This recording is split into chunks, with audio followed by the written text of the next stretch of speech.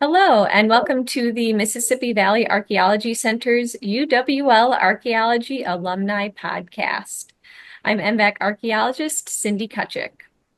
Through this podcast series, we're connecting with alumni of the University of Wisconsin-La Crosse who studied archaeology. We're getting perspectives on their experiences at UWL, their involvement at MVAC, and where life led them after graduation. And more broadly, we're exploring the impacts of an education in archaeology and the lessons and skills they were able to carry on later into life. Today's guest is Dr. Matt Hill. He attended UWL from 1986 to 1991 and majored in geography. He's done extensive research involving faunal or animal remains, ecology and human subsistence, focusing on the Eastern Great Plains and Upper Midwest. And he's worked with UWL's Dr. Jim Theler.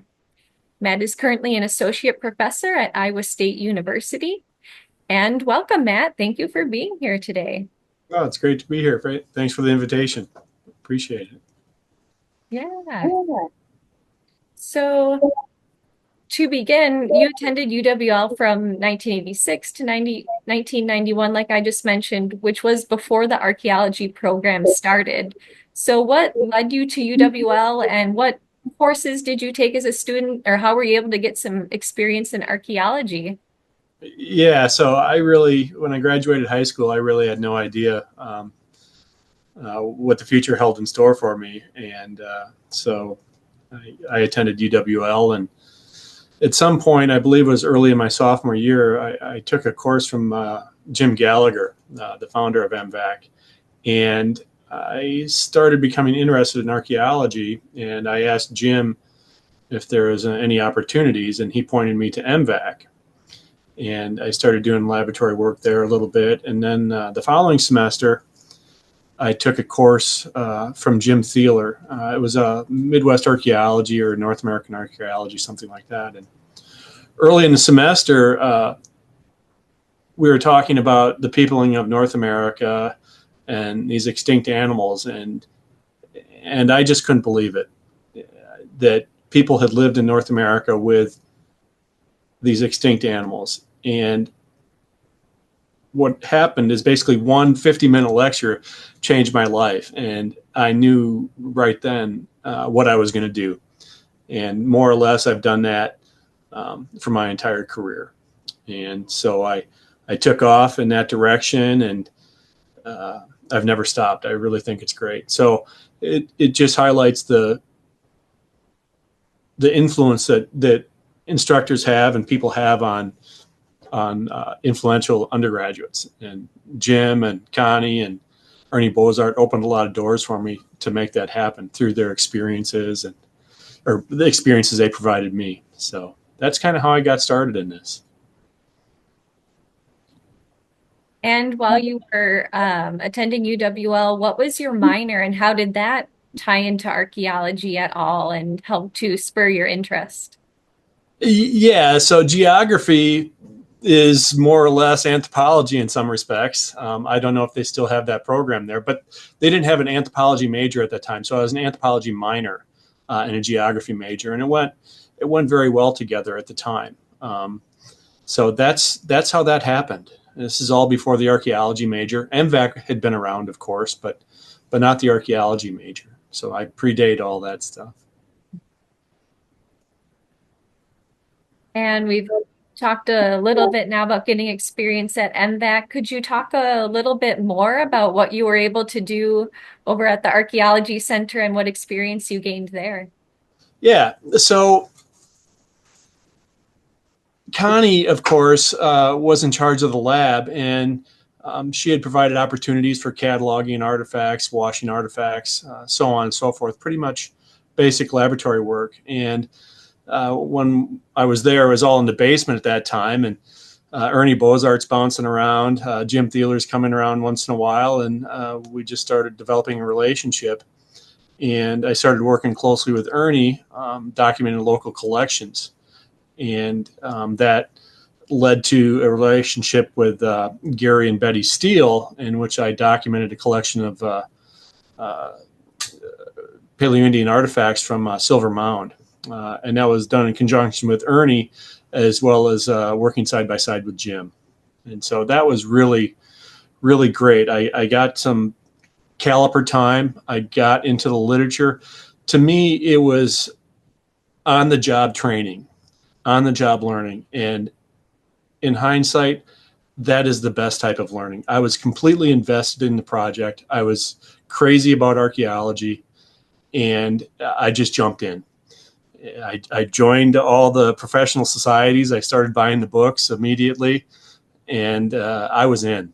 And so I took advantage of every opportunity that was around, and I'm very, very grateful for that. And now with the archaeology program, students do a senior thesis or project before they graduate. Was there anything like that when you were a student, or were you able to get any further research experience in addition to your work at MVAC?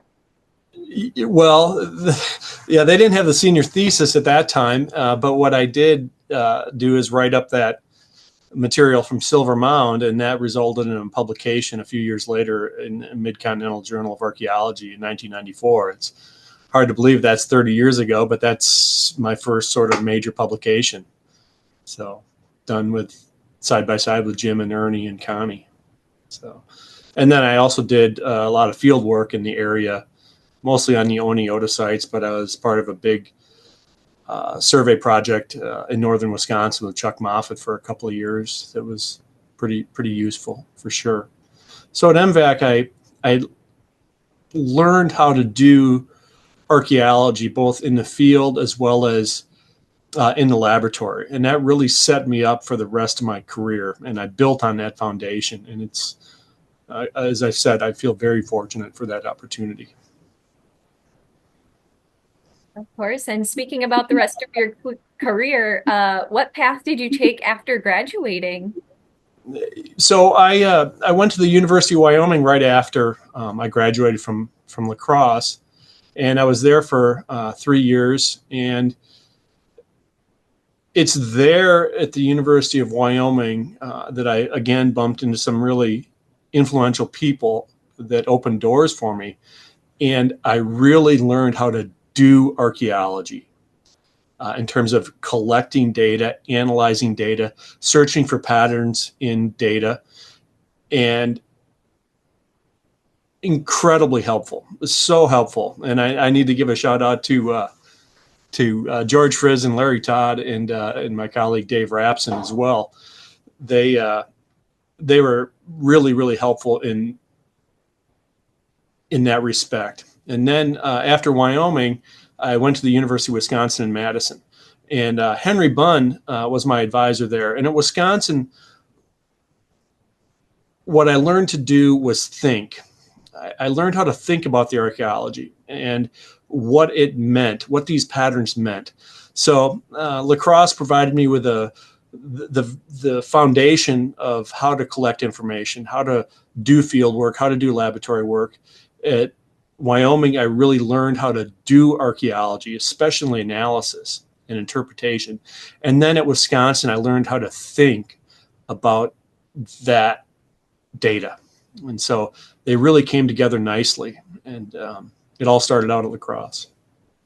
And then after that, I graduated and I did a semester at Colorado State and a semester at the University of Wyoming. And then I've been at Iowa State since the fall of 2002. So now being a professor at Iowa State, what sorts of things do you do in your position? What research do you pursue, or what sorts of classes do you teach there? Well, in terms of my research, I chase a lot of butterflies because I think a lot of things are really, really interesting. But I mainly focus on the Western Great Lakes and the Eastern Great Plains in terms of the initial human occupation of this part of the world. And more recently, probably over the last 10 or 15 years, I've really become interested in the extinction of these late Pleistocene or Ice Age megafauna. And I had no idea that my career was going to take me that direction, but I was totally interested in it. And Western Iowa is just a great place to pursue this. So I've done a lot of that. I've also been involved working on the location where Lucy, the early hominid, was found. I was involved in analysis of the animal bones that were recovered in association with her. I've also been a participant in a project to document the faunal remains from the type site of Homo erectus in Indonesia. This is all museum work, and that's taken me overseas to do some great stuff. So yeah, I do a lot of what I started out at MVAC in terms of research interest, geography, and the time period that I work on. Yeah. All started there. Could you talk a bit more about museum work and kind of how working, in the field in archaeology and in the lab, how did that translate into doing more museum-based work for part of Uh, your research? I love museum work. It's great. Doing the archaeology of the archaeology, and I really like the archival aspect of it, sorting out the field notes from what people did 50, 60, 100 years ago. I just love it. The history of archaeology, in particular the time periods that I work on, I find absolutely fascinating. These researchers were working with many of the tools that we have today without the tools that we have today. It's just amazing. And so it's just great. These museum collections are just storehouses of information. They're libraries that we can return to time and time again to learn about the human experience in the past.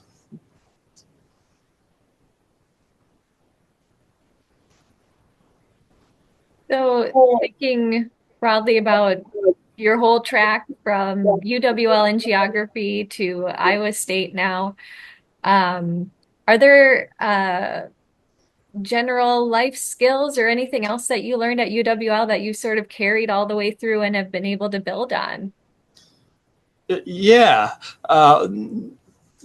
Number one is taking advantage of every learning opportunity that comes along. You really have to do that as a student, no matter if it's a little bitty thing or something more substantial. Learning opportunities are gold. The second thing would be on-the-job training, hands-on training, doing the actual science, learning how to collect information, learning how to put it into Excel, learning how to present it. So that is really important to me. But all of that is kind of secondary to curiosity and raw interest. I think that if you're going to pursue archaeology as a career, you have to have just a incredible curiosity about what life was like in the past. You have to be seriously motivated and super curious. So, and I'm that individual. I just think it's fascinating to think about what life was like in the past. And the reason I get out of bed every day is, and what motivates me is that ideas about what the past was like or claims about what the past was like have to be evaluated against evidence that originated in the past. And so otherwise we're just telling stories. And I like to know what actually happened, not what we think we want to happen or what we desire happened. So I'm interested in what actually happened. And any other recommendations or advice for current or prospective students who are thinking, you know what, UWL archaeology, that's for me. Uh, any words of wisdom for them? Yeah. Take as many statistics classes as you can. Or take as many courses in geographic information systems as you can. That is basic now. It's fundamental to training in archaeology.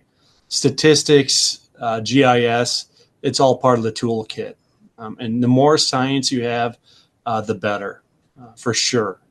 The GIS, because it's a data management tool, but the archaeological record occurs in space. It's a spatial record as well as a temporal record. So GIS and statistics. And one of my greatest academic regrets, in addition to not becoming proficient in statistics, is not learning a second language. Learn a second language. It's really, really important.